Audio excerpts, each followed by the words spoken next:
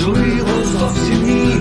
Та до чого прагнуть люди через те, що нині маєм, через те, що не знаєм, що забули і згадаєм, і що зовсім скоро буде, через ті країни різні, через океани різні, де кидали як корі на мостях чужих рамах, донесеться, долинає, долетить, до нас заскочить і охоче.